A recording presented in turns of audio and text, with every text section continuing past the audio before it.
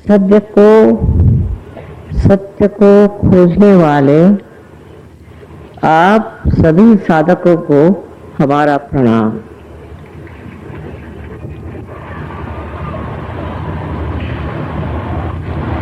आज तक हम ये जानते ही नहीं थे कि हमें केवल सत्य मिला नहीं। जिस चीज को बुद्धि ठीक समझती थी उसी को हमने सत्य माना।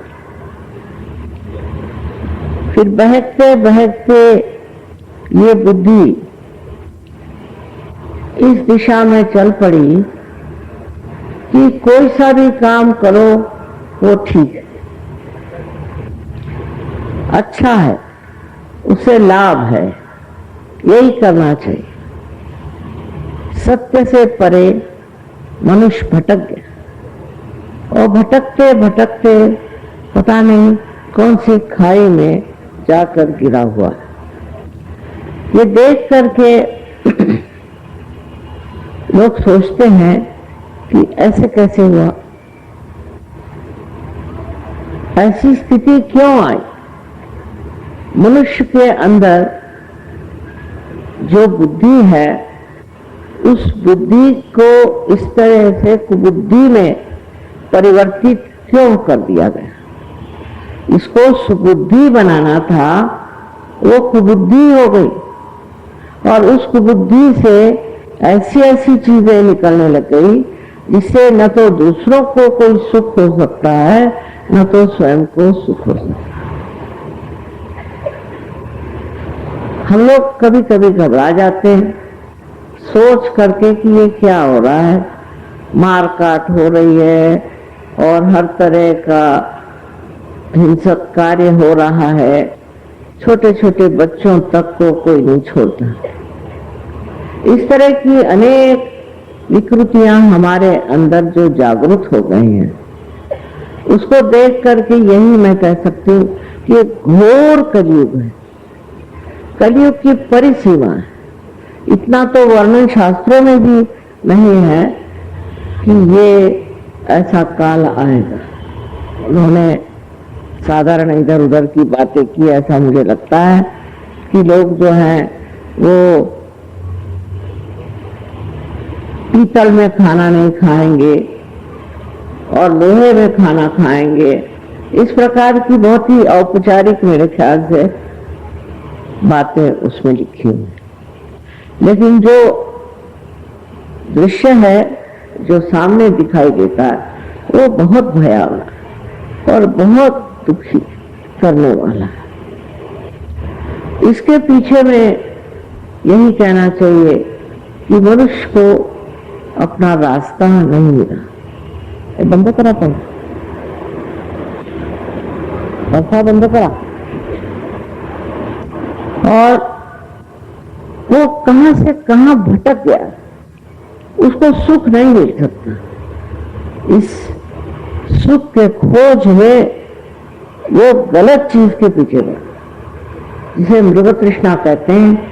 इस प्रकार मनुष्य भटकते भटकते घोर अंधकार में घुस गया।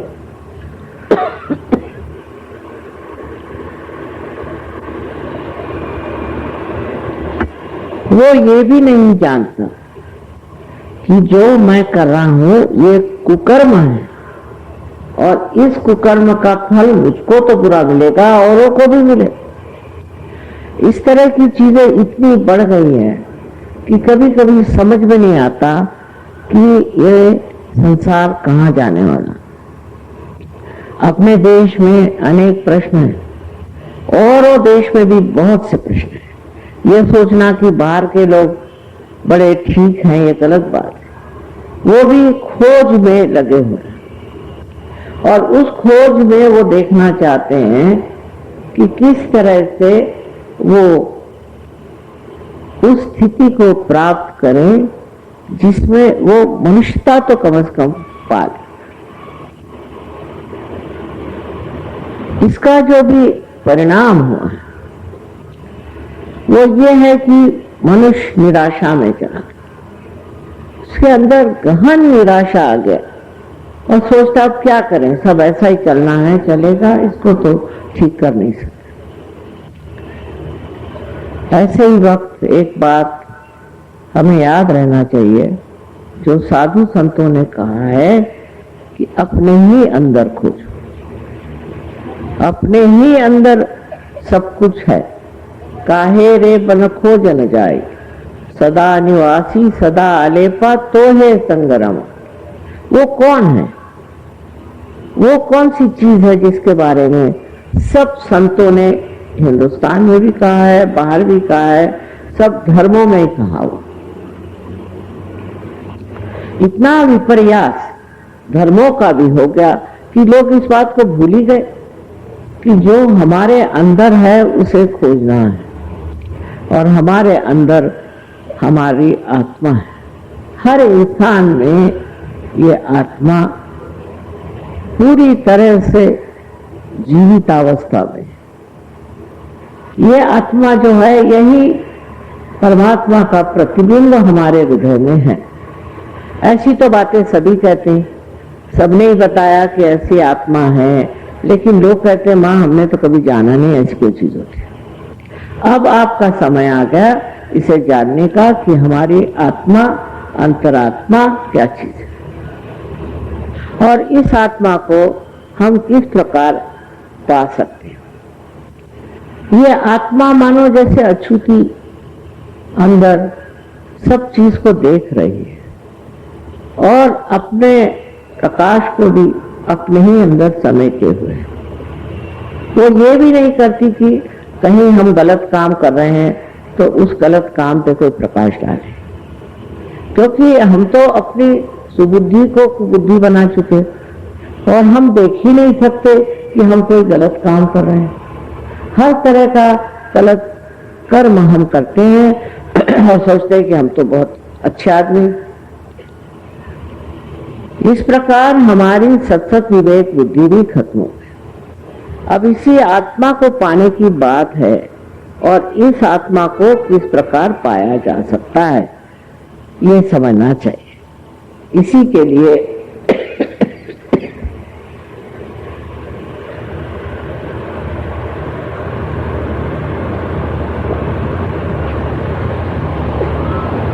आपके शरीर के अंदर ही इसकी व्यवस्था है,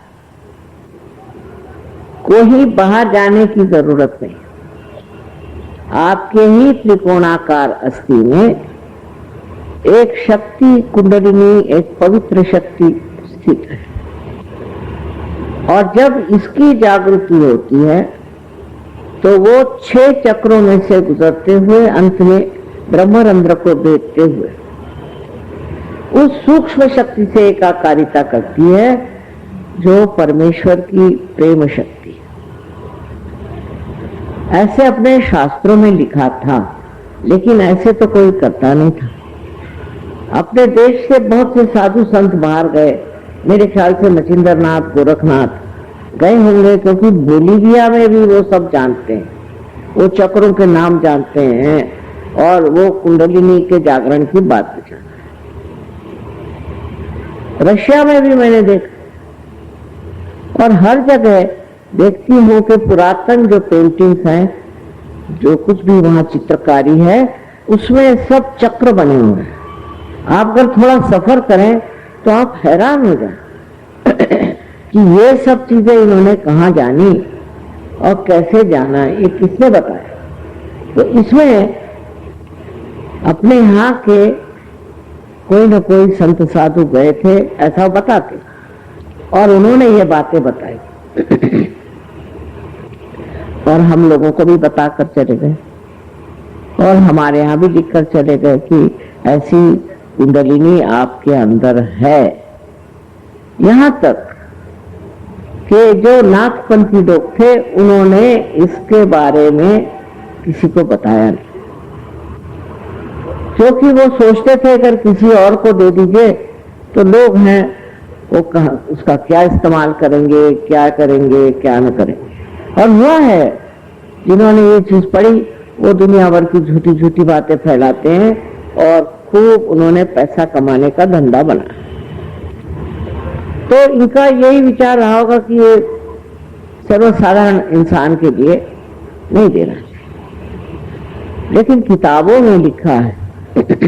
अब 12वीं शताब्दी में ज्ञानेश्वर जी आए, उन्होंने अपने गुरु से कहा कि आप मुझे इजाजत दें, मैं अपनी ज्ञानेश्वरी में इसके बारे में लिखना चाहता हूँ। 6ठे अध्याय में उन्होंने लिख दिया। लेकिन उसके वक्त जब ऐसा भी होता है कि धर्म के नाम पे बहुत लोग पैसा कमाते हैं तो उन्होंने कहा नहीं, ये निषिद्ध है, इसको मत पढ़ो, ये बेकार चीज है, ये सबके बस का नहीं। अभी मैंने एक बड़े भारी साधु बाबा का लेक्चर सुना, मुझे बड़ा आश्चर्य हुआ।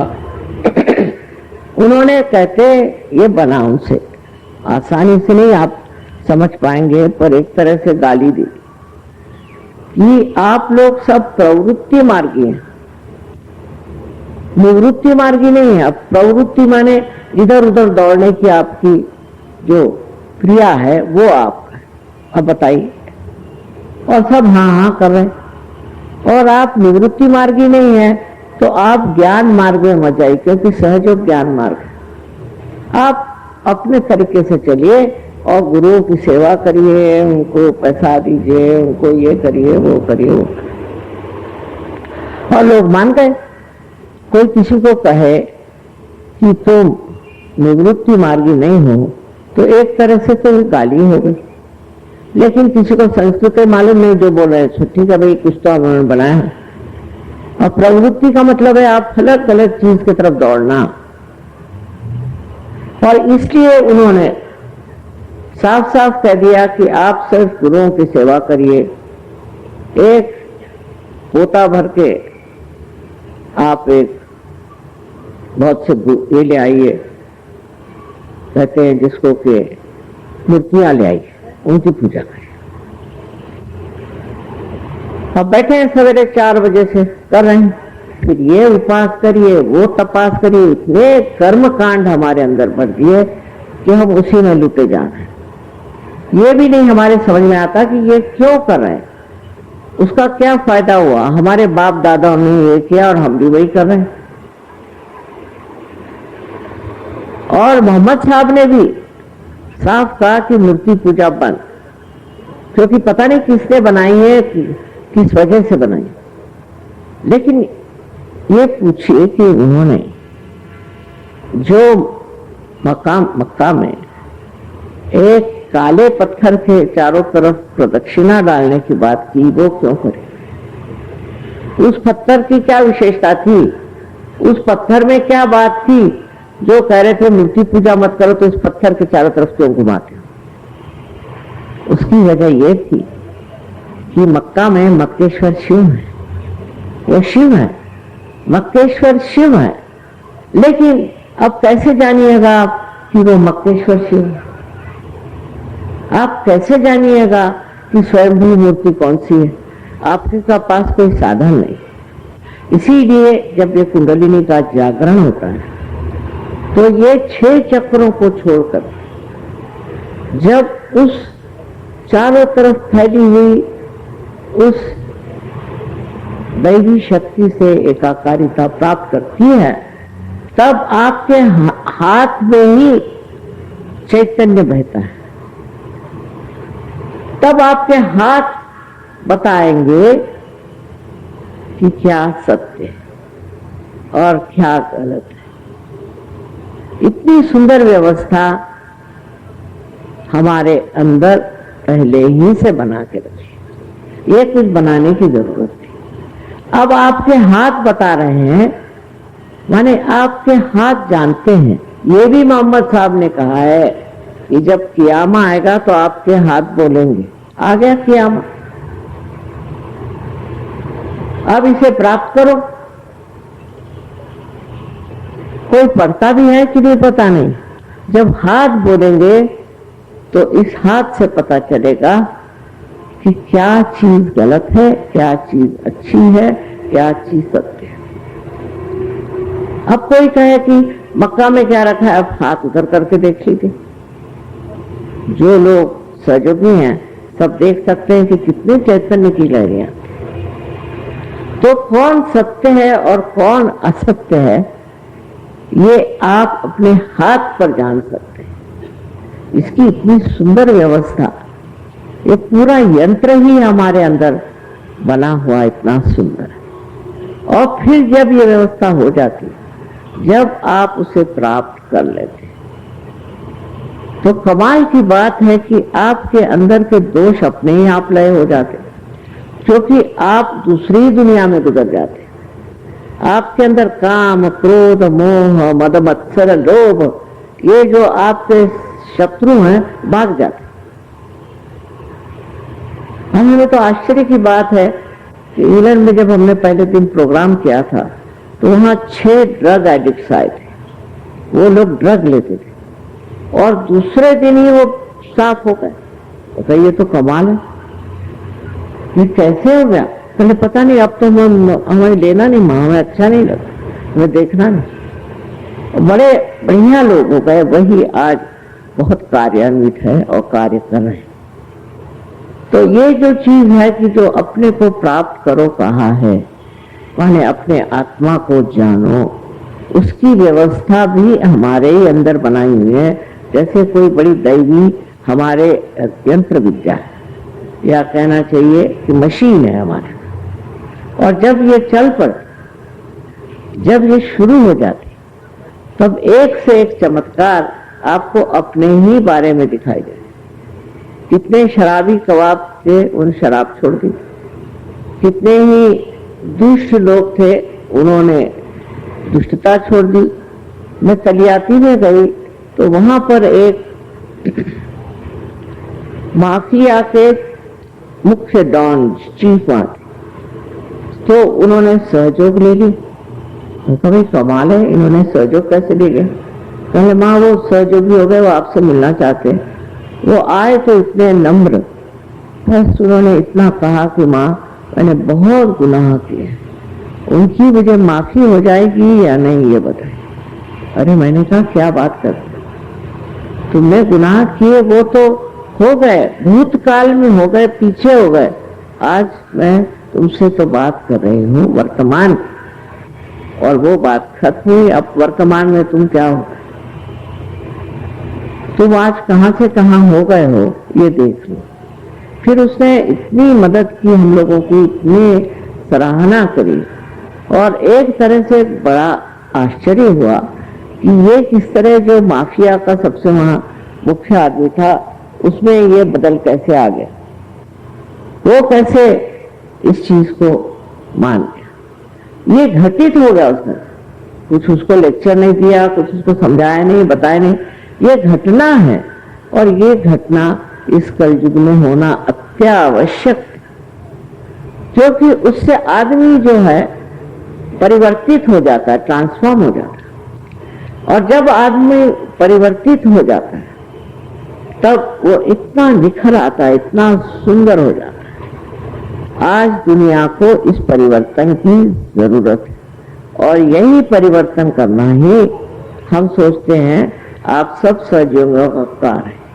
मैंने तो जहां तक हुआ कि है, मैंने इतने देशों में घूमी फिरी हूँ। अब आप लोगों को चाहिए, जो सहयोग में आए हैं या आने वाले, उनको चाहिए कि और लोगों को बचाएं और उनको इस परिवर्तन में लाएं। बहुत से लोग भटके हुए हैं, यानी परमात्मा के नाम पे भटके हुए, धर्म के नाम पे भटके हुए हैं, किसी भी चीज में भटके हुए हैं। उनको जब आप इस अवस्था में लाएंगे, तब आप देखिए उनका रूप कैसे बदल जाता है। अब इतनी सारी यहाँ बत्तियां जल रही हैं, इनका अगर कनेक्शन उसके साथ न हो, मेंस के साथ, तो क्या जल सकती है? इसी प्रकार जब तक हमारा ही संबंध, जैसे कि ये है, इसका संबंध अगर मेंस के साथ नहीं हो, तो इसका कोई उपयोग नहीं। इसी प्रकार हमारी हालत है कि हमारा संबंध उस महान शक्ति के साथ नहीं है। और सबसे बड़ी बात यह है कि ये सत्य ही प्रेम है, ये सत्य ही आनंद है। जब आपका चित्त इस आत्मा के प्रकाश से आलोकित होता है, तो आप एक अलग ही प्रकाशमान व्यक्ति हो जाते हैं। ऐसी व्यक्ति की जो सारे संसार की भलाई कर, सारे संसार में सुख दे सके। अगर मनुष्य बदल गया तो कौन सी आफत आएगी? सारी आफत तो मनुष्य से ही है। जब मानव ही बदल जाएगा तो कोई सी भी परेशानी, कोई सी भी तकलीफ नहीं आएगी। इसलिए हमें सोचना चाहिए कि किसी तरह से जितना हो सके और लोगों की भी जागृति करें और इस जागरण में इसे प्राप्त करें। इसको प्राप्त करने के बाद देखिए, मैंने तो यही देखा, न कहीं झगड़ा होता है, न कोई आफत होती है। कोई भी देश के लोग आए, कहीं से भी आए, न कोई मोर्चा बांधता है, न कोई झंडे उछाता, कुछ नहीं। बस एक दूसरे का समागम ही सबसे बड़ा आनंद का साधन है और एक दूसरे से मिलकर ही बड़ा अच्छा लगता है। अपने देश की तो संस्कृति है कि भाईचारा होना चाहिए, सबसे आपसी मिलावा होना चाहिए, हर एक चीज में एक तरह से हमें दूसरे की मदद करनी चाहिए। ये तो अपनी संस्कृति है। पर फिर विचित्र विचित्र बातें होती गई। ये देश अनेक इसमें विभाजित हो गया और इसलिए इसमें भी बहुत से झगड़े हो रहे हैं। जहां देखो वहीं झगड़े। कहीं जाइए तो एक मोर्चा लिए वो खड़े हैं, तो उधर दूसरा मोर्चा लिए खड़े हैं। और कोई भी बात को लेकर के, इस तरह से कोई सी भी चीज को लेकर के एक गठबंधन करने का और झगड़ा करने का, ये इंसानियत की निशानी नहीं। ये तो जानवर भी नहीं करते, फिर इंसानों को ऐसा नहीं करना चाहिए। इंसान जो है ये सबसे ऊंची चीज परमात्मा ने बनाई है और उसने इतना सुंदर अपने अंदर ये पूर्णतया एक इंतजाम कर दिया, ऐसी व्यवस्था कर दी है कि आप बहुत आसानी से इसे प्राप्त कर सकते हैं। और इसके लिए आपको पैसा ऐसा देने से कोई मतलब ही नहीं है। जैसे एक साहब मुझसे कहने लगे कि मैं आपको 1 लाख रुपया देता हूँ, आप मेरी कुंडलिनी जगाइए। मैंने कहा जनाब, मैं आपको 2 लाख रुपए देती हूँ, आप बातचीत बंद करें, क्योंकि कुंडलिनी को पैसा नहीं समझ रहा। कुंडलिनी जो है ये एक दैवी शक्ति आपके अंदर है, आपकी शुद्ध इच्छा होनी चाहिए। अगर आपकी शुद्ध इच्छा नहीं हुई तो जबरदस्ती नहीं हो सकती। पैसा क्या चलेगा, आप जबरदस्ती नहीं कर सकते। अगर आपके अंदर शुद्ध इच्छा है तभी ये कार्य हो सकता है। अब हमारी कोई सी भी इच्छा शुद्ध नहीं है। अगर शुद्ध होती तो ये आपका आजकल का जो इकोनॉमिक्स है यही ना चलता। इकोनॉमिक्स में क्या है कि आज आपने समझ लीजिए मारो धाड़ करके घर बनाया, उसका कोई संतोष नहीं, फिर आपको मोटर चाहिए, उसका भी कोई संतोष नहीं। किसी चीज से संतोष ही जब नहीं मिलता, इसका मतलब आपकी इच्छा शुद्ध नहीं थी। अगर शुद्ध इच्छा होती तो आपको संतोष मिलता। लेकिन एक ही चीज में शुद्ध इच्छा है और वो ये है कि आपको अपने आत्मा का आत्म साक्षात्कार होना चाहिए। आत्मा आपके चित्त में आना चाहिए, उसका प्रकाश आपको आनंद देगा, शांति देगा, सब तरह से ज्ञान देगा। लेकिन सबसे ज्यादा ये आपको सामूहिक बनाएगा। इसमें आप सामूहिक हो जाते। सामूहिकता की बात यह है कि दुनिया में हम लोग जो सोचते हैं कि हम अलग हैं, वो फलाने हैं ठिकाने, ऐसे तो परमात्मा के नजर में नहीं। परमात्मा के नजर में सब हम लोग उन्हीं के आश्रय में हैं। ये दिमागी जमा खर्च है कि हम ऊंचे हैं, वो नीचे हैं, वो फलाना, वो ठिकाना, ये सब बिल्कुल ही दिमागी खर्च है। आज देखिए, आज हमसे मिलने आए थे साहब, वो आइवरी कोस्ट के मिलिट्री के मुख्य थे। इतने नम्र आदमी, कुछ पूछे, इतने नम्र आदमी, मैं तो हैरान हो गई कि उसके मिलिट्री के मुख्य थे और आके बड़े नम्रता पूर्वक मुझसे कहते हैं कि माँ ऐसा करिए कि हमारे देश में सब लोगों को सहयोगी बना। तो मैंने कहा अच्छा ठीक है, तुम ही बना सकते हो सबको। चले, मैं तो इतना मजे में आ गया हूँ, उन्होंने 3 बीवियों से डिवोर्स किया और अब कल मैं तो शर्मिंदा हूँ कि मैंने क्या जिंदगी बनाई और मैं कैसे, मैंने क्यों ऐसी जिंदगी बनाई, मेरे समझ में नहीं आता। लेकिन अब जो है मैं एकदम बदल गया और मेरे अंदर इतना आनंद और इतनी शांति और इतना सुख है। और 600 लोग वहां पर जो है सहयोगी हो गए। अब उन्होंने मुसलमान धर्म लिया था, तो मैंने कहा तो मुसलमान क्यों हो गए? तो उन्होंने कहा इसलिए क्योंकि ये जो फ्रेंच लोग हैं इनमें तो कोई नैतिकता है नहीं, मोरालिटी है ही नहीं, इनकी तो नैतिकता एकदम बिल्कुल गई बीती है। तो हम लोगों ने सोचा कि कम से कम मुसलमानों का धर्म ले लो, उसमें थोड़ी तो नैतिकता बनी रहेगी, इसलिए हम हो गए।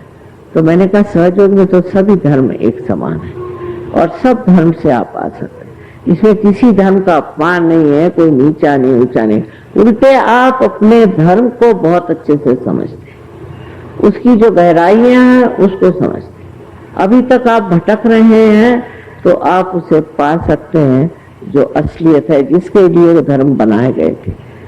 जो लोग आजकल धर्म के नाम पे लड़ाई झगड़ा ये वो करते हैं, ये कैसे हो सकता है? हो ही नहीं सकता, तो गलत चीज है। और ये गलत काम इसलिए हो रहा है कि फिर से मैं कहूंगी कि अंदर एक कुबुद्धि आ गई और ये कुबुद्धि ये कार्य, अब इस कुबुद्धि को भी प्रकाशित करती है आपकी कुंडली। जब वो इस चक्र से गुजरती है, आज्ञा जिसे कहते हैं, तो वो प्रकाशित कर देती है और आपको समझ में आ जाता है कि अरे ये मैं क्या कर रहा था, ये किस बेवकूफी में दौड़ रहा था, ये किस बात को लेकर मैं लड़ रहा था। जब तक आप अपने को नहीं जानिएगा, आप सत्य को पहचान नहीं सकते और आप झूठी चीज में अपनी जिंदगी बर्बाद करेंगे, अपनी करेंगे, अपने बच्चों की करेंगे, इतना ही नहीं पर सारे देश का ही सत्यानाश हो जाएगा। अनेक देशों का इस तरह से सत्यानाश हो रहा है। इसलिए एक जो ये चीज हमारे देश में है और जो बहुत ही पवित्र चीज है कि आपके कुंडलिनी का जागरण करना है। अब ये कुंडलिनी आपकी माँ, आपकी अपनी व्यक्तिगत, आपकी अपनी ही माँ है, वो किसी की और माँ नहीं। जैसे आपके माँ के हो सकता है 5-6 बच्चे हो, 8-10 बच्चे हो, इस कुंडलिनी के आप ही बेटे हैं, आप ही बेटी। अब इस कुंडलिनी का जब जागरण होता है और जब ये जागृत होती है तो इसको सब कुछ मालूम है आपके बारे में, इसके अंदर आपके बारे में सारा रिकॉर्ड है कि आप क्या चाहते हैं, आप क्या थे, आपने क्या क्या दोष हैं, आपके शरीर में क्या दोष है, कहाँ कौन सी तकलीफ, सब मालूम। उसको संभालते हुए ये आपकी माँ उठती है और आपको इतनी भी तकलीफ नहीं होती। आश्चर्य है, इतनी सी भी तकलीफ नहीं होगी क्योंकि ये माँ है। जब आप पैदा हुए थे तो माँ ने सारा दुख अपने ऊपर झेला था, आपको कोई तकलीफ नहीं दी थी। उसी प्रकार ये माँ है और जब इसका जागरण होता है तो किसी प्रकार की आपको तकलीफ नहीं होती, कोई परेशानी नहीं होती और आप एकदम कहां से कहां पहुंच जाते। और फिर आश्चर्य होता है कि आप ऐसे थे, ये सब आपके अंदर था, इतनी संपदा थी, ये पता ही नहीं था। और हर तरह से आपको फायदा था, जैसे शारीरिक, मानसिक, बौद्धिक और आध्यात्मिक, चारों स्तर पे ये चक्र कार्य करते हैं और सब तरह से ये मामला बन जाता है। इसमें शक नहीं कि सहयोग में आने के बाद तंदुरुस्ती अच्छी हो जाती है, सब चीज अच्छा हो जाता है। इतना ही नहीं, लेकिन और जो कुछ सांपत्तिक स्थिति है वो भी लक्ष्मी की कृपा से ठीक हो सकती है। अपने देश में जितने लोग सहयोगी बने अधिकतर, उनकी सबकी सांपत्तिक स्थिति ठीक हो गई, उनका व्यवहार ठीक हो गया, उनके झगड़े खत्म हो गए, सब कुछ। क्योंकि ये शक्ति चारों तरफ विचरण करती है, हर जगह विचरण करती है और बड़ी कार्यान्वित है। और इस शक्ति के सहारे हमारा बहुत कुछ भला ही नहीं लेकिन एक विशेष रूप का आदर्श जीवन बच जाता है। ऐसा जीवन कि जिसे देख होता है कि ये क्या एक आदमी है इस तरह का। ऐसे पहले कहते थे एक साधु संतों के लिए, आज तो सहयोग में इतने लोग बैठे हुए हैं और इतने लोग सहज में आए। ये इतने देशों में फैलने का कारण ये है कि सब देशों में एक प्रकार की बड़ी ग्लानि, एक तरह की निराशा और दूसरी बहुत ज्यादा हिंसक वृत्तियां बढ़ गई। सो उसमें जो लोग थे जिन्होंने सोचा कि ये गलत, सो वो सहज में आए। ऐसे बताते हैं कि 86 देशों में सहयोग फैल। हालांकि मैं इतने देशों में तो गई नहीं, सही बात है, पर जैसे बीज उड़ करके जाए जहां भी वहां पौधा खड़ा हो सकता है, उसी प्रकार सहयोग फैल गया। और बड़ा आश्चर्य होता है कि वहां से लोग यहाँ आ जाएंगे और वहां भी आते हैं, इटली भी आ जाते हैं, पर मैं उनके देश में अभी तक नहीं जा सकती और हो सके तो कभी चली भी जाऊंगी। लेकिन उनका जो प्यार है, उनका आपसी प्यार है और जो उनके आपसी मेल जोल है, वो देख करके बड़ी हैरानी। किसी एक आदमी के लिए भी, अभी बंबई में जब बॉम्ब फूटा था तो एक लड़का था, हमेशा कहता था माँ मैं जीना नहीं चाहता, मेरी माँ बहुत खराब है, ये है वो है, बार बार यही कहता था। वही एक लड़की की डेथ। तो सारे देशों में, इतने देशों में ये खबर हो गई और सब लोग दौड़ कर और पता लगाया कहाँ है, क्या है, ये वो। फिर वहां जाकर कहा कि साधु संत थे ये, तो उन्होंने कहा अच्छा हम तुमको जमीन देते, तुम चाहो तो इनको न चलाओ, इसी में गाड़। ऐसे ऐसे लोगों ने वहां चिट्ठियां भेजी कि मैं तो हैरान हूं। उसके बाद में अभी मैंने देखा कि हमारे भाई साहब की डेथ हो गई, बाप मामा, उन्होंने बहुत लोगों को प्यार दिया था। इतने लोगों के फैक्सेस आए कि मैं अभी तक उसमें से गुजर ही नहीं पाई। इतना प्यार, इतनी बढ़िया बढ़िया बातें इसके बारे में लोगों ने लिखा कि मैं सोचकर हैरान हूँ। मैं नहीं सोचती थी कि ये इनका इतना प्यार लोगों में बटा हुआ, इतने लोग उनको प्यार करते। तो ये सारा प्यार का माहौल, इसमें आप आ जाते, सब आपको प्यार करते, आप भी सबको प्यार करेंगे। यही सबसे बड़ी बात है सहयोग की, कि सहयोग की शक्ति जो है प्रेम की शक्ति, और इसके आगे कोई और शक्ति नहीं चल पाई, कोई इससे बड़ी शक्ति नहीं। जो प्रेम की शक्ति है उसी के एक बड़े भारी आवरण में आप हैं और हमेशा आपका संरक्षण है। आपको कोई छू नहीं सकता क्योंकि आपसे परमात्मा प्रेम करते हैं। उनके आगे कौन चल सकता, उनके आगे कौन दुष्टता कर सकता है। ऐसे ऐसे हमारे यहाँ उदाहरण हो गए कि लोग कहते हैं माँ कैसे मैं बच गया, मेरे समझ नहीं आता, कैसे मैं पा गया, मुझे पता है। ये सारी बातें सुन के आप लोग भी बहुत खुश होते हैं क्योंकि सब आपके ही भाई बंद हैं, सब आप ही के लोग हैं। और इसको देख करके फिर ये लगता है कि दुनिया बदलने वाली है और दुनिया में बड़े अच्छे दिन आएंगे, बहुत अच्छे दिन आएंगे और उसमें लोग हमेशा हमेशा एक महान देश, एक महान व्यक्तित्व, एक महान कार्य को लेकर जिएंगे। ये होना है और हो रहा है, पर अभी भी बहुत लोगों को परिवर्तित करना है। परिवर्तन बहुत जरूरी है और अभी तक इंसान बने रहे लेकिन इंसानियत से भी उतर गए। इनका परिवर्तन बहुत आसान है, उसे आप प्राप्त करें। परिवर्तन के सिवाय कोई और मार्ग नहीं है और उसके लिए सिर्फ कुंडलिनी के जागरण से होता है और किसी से होता नहीं। अब कोई कहेगा कि माँ ये इसको अगर हम पानी में डाल दें तो चलेगा, नहीं चलेगा, या इसको हम जलाएं तो चलेगा, नहीं चलेगा। इसका सिर्फ कनेक्शन आपको लगाना है। ये आपको पैसे नहीं देने के, कुछ नहीं, लेकिन थोड़ा समय अपने को देना होगा और जहाँ भी आपके सेंटर हो वहाँ जाएं और अपने उसको बढ़ाएं। तो ये बहुत लोग कम करते हैं, इसलिए उनकी उन्नति होती नहीं है।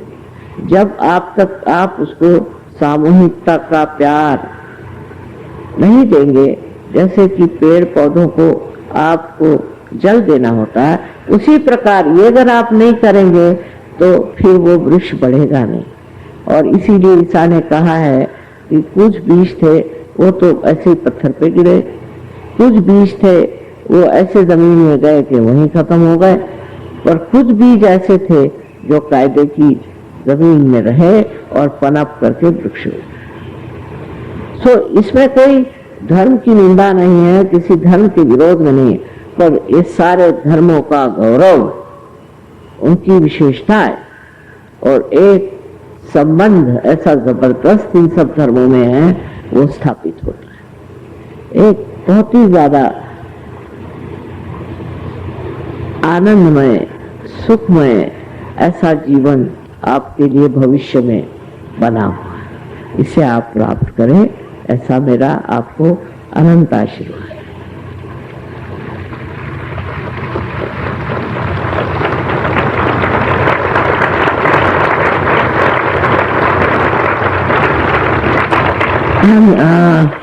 I'm very sorry I had to speak in this Hindi language because most of the people understand only Hindi here, and you have heard me many times in English language. Moreover, I found you all meditative just now, enjoying the word inside your heart, I think, and it was very kind of you. Thank you.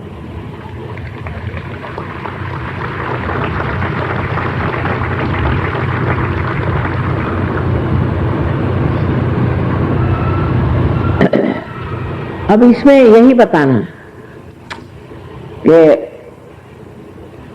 जिसको कुंडलिनी का जागरण न चाहे वे कृपया बाहर चले जाए, क्योंकि ये कोई तमाशखोरी नहीं है।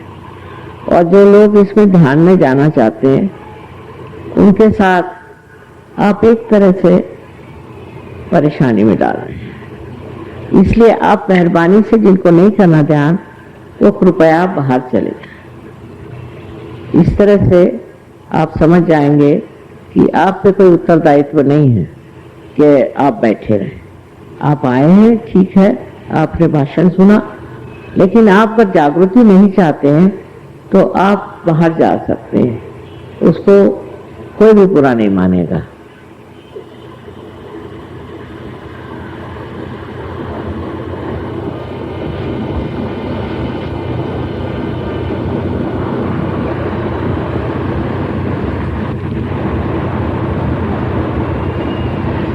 जिस धरती पर आप बैठे हैं ये बहुत पवित्र भारत भूमि की धरती है। आपकी भारत भूमि जो है योग भूमि है, उसका महात्म्य आप नहीं जानते। जो ये लोग बाहर से आते हैं तो एयरपोर्ट पे ही जमीन को झुककर नमस्कार करते हैं और चूमते हैं और कहते हैं कि माँ इस धरती पर किस कदर चैतन्य बह रहा है। इसे आप आज जानते नहीं, पर आप जान जाइएगा। एक बार हम एरोप्लेन से आ रहे थे तो हमने अपने पति से कहा कि आ गए हिंदुस्तान, तो आ गए। तो उनका कैसे जाना? मैंने कहा चारों तरफ चैतन्य बह रहा। तो उन्होंने पायलट से जाके पूछा, कहने हाँ साहब, हम तो हिंदुस्तान आ गए। ये आपका भारतवर्ष। और मैं उस आदमी को बहुत महत्व देती हूँ और मान्यता रखती हूँ कि जो देशभक्त है। देशभक्ति हमारे लिए बहुत आवश्यक है, क्योंकि हमारा देश एक विशेष देश है। ऐसा देश दुनिया में नहीं है। इस देश के प्रति अगर आप में भक्ति न हो तो आप कुंडलिनी का जागरण नहीं प्राप्त कर सकते। सारे विश्व की कुंडलिनी भी इसी देश में। कमाल की चीज है कि अभी तक आप लोग अनभिज्ञ रहे, पर इस देश की जो शक्ति महान है।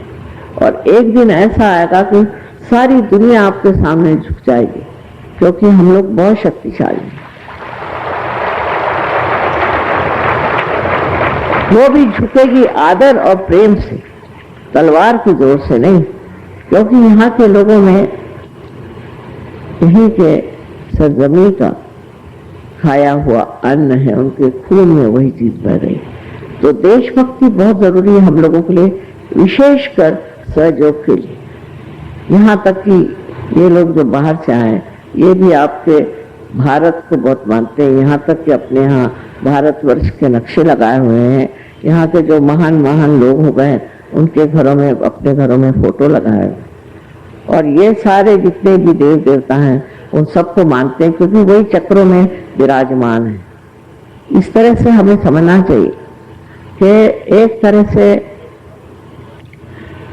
हमें जब तक अपनी सभ्यता और अपने देश की विशेषताओं के बारे में जानकारी नहीं होगी तब तक हम देश से प्रेम भी नहीं कर सकते। इसलिए सोचना चाहिए कि आप बहुत भाग्यशाली हैं जो इस देश में आपका जन्म हुआ, जो आप इस देश में आए।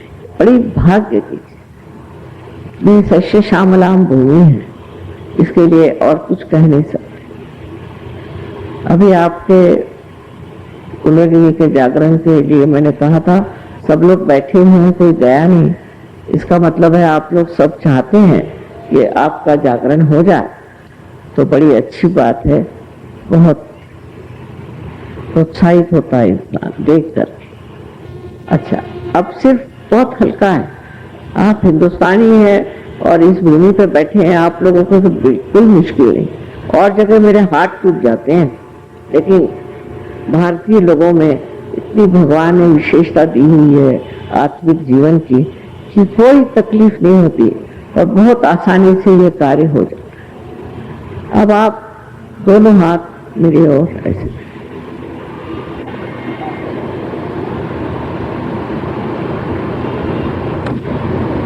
आंख मत बंद करिए, please don't close your eyes, just keep both the hands towards me.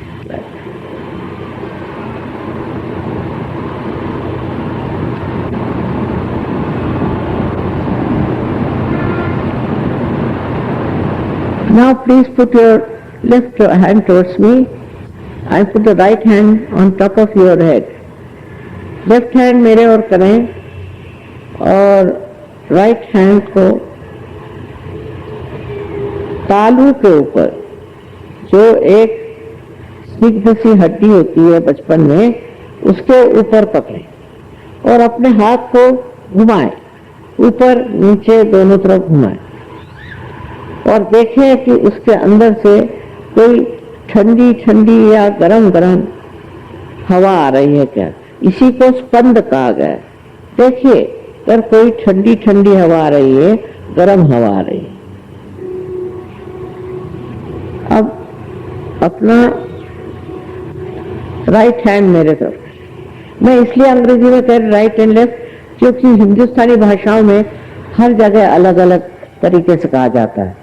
तो राइट हैंड मेरे ओर करें और लेफ्ट हैंड से आप देखिए, फिर अपने तालू के ऊपर सर झुका लें, सर झुका के देखिए। Please bend your head and see for yourself कि आपके तालू भाग से कुछ ठंडी या गर्म हवा आ रही है क्या।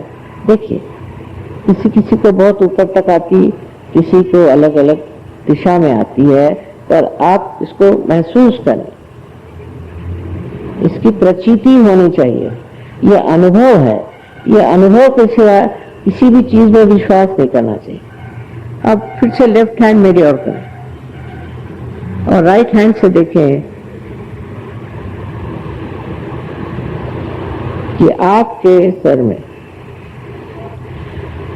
ठंडी या गर्म हवा आ रही है। अब गर्म हवा इसलिए आ रही है कि आपने अभी तक किसी को माफ नहीं किया। आपको अपने को भी माफ करना है और दूसरों को भी माफ करना है।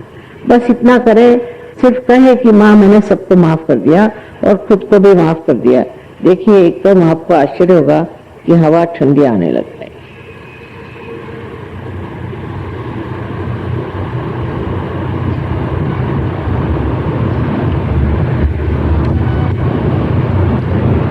अब दोनों हाथ मेरे तरफ करें,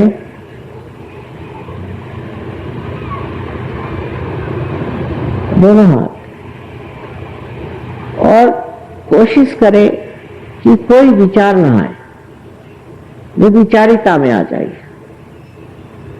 क्योंकि विचारों से ही हमारे अंदर की बुद्धि आती है। अपने विचारों में आ जाइए।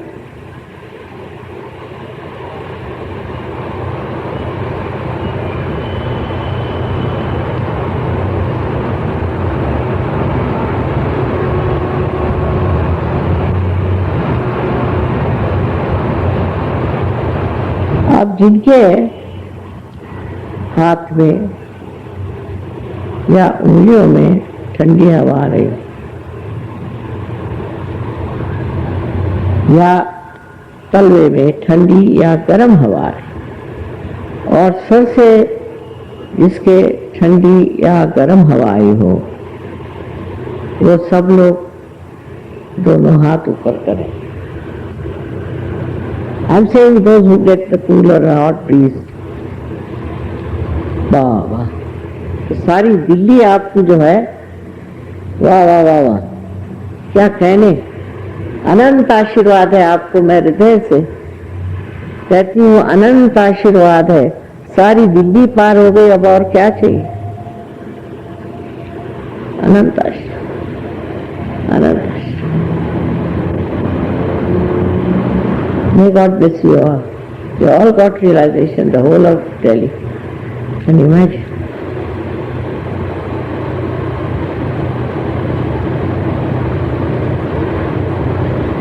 अब इसमें थोड़ा सा ध्यान किया है आप, उसके लिए आप अपनी अपनी जगह, सब जगह सेंटर्स हैं, चाहिए ध्यान करना पड़ेगा 5-10 मिनट, ज़्यादा नहीं। और उसके बाद आप देखिए क्या आपकी हालत होती है। एक आनंद के इसमें चले जाएंगे, बहुत बड़े आनंद के सागर में डूब जाएंगे। ये जो बूंद है वो सागर हो जाएगा, बड़ा मजा आएगा। आप सबको मेरा बहुत बहुत प्यार और अनंत आशीर्वाद।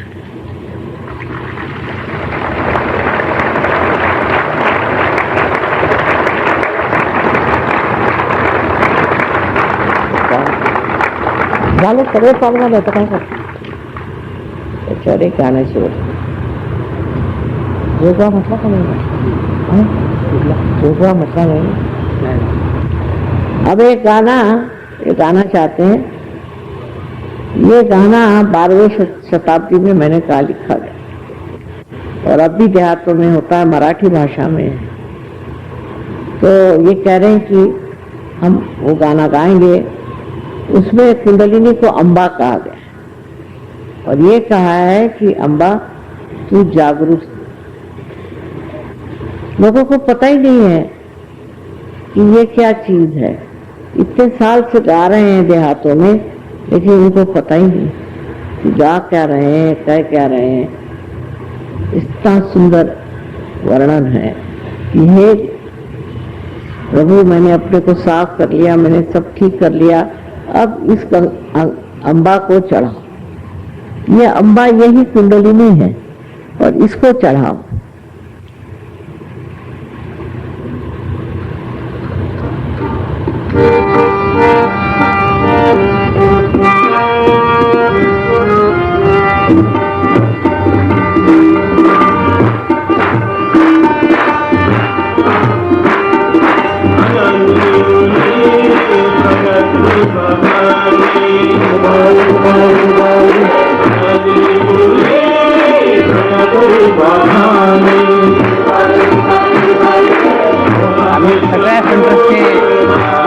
पहला वाटलेला आहे।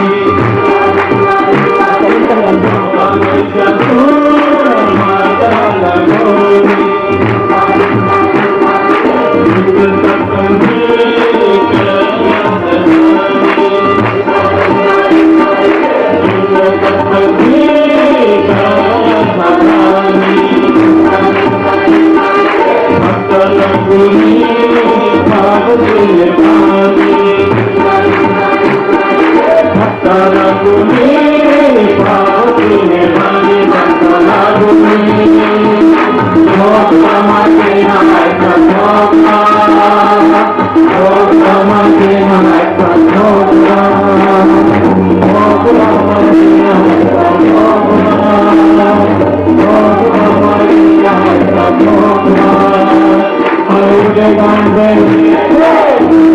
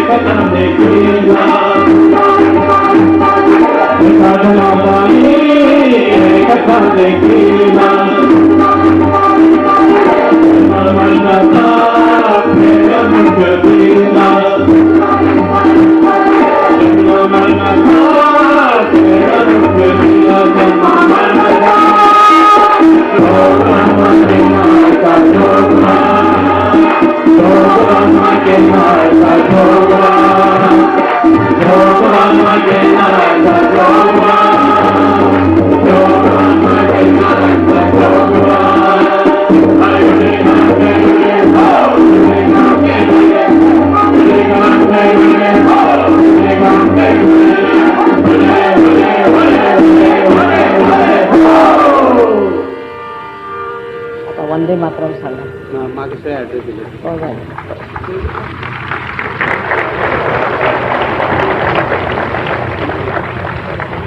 अब अपने भारत भूमि के श्रद्धा में वंदे मातरम गाया जाएगा। कृपया आप सब लोग खड़े हो जाए। Please stand up because they are going to sing Vande Mataram.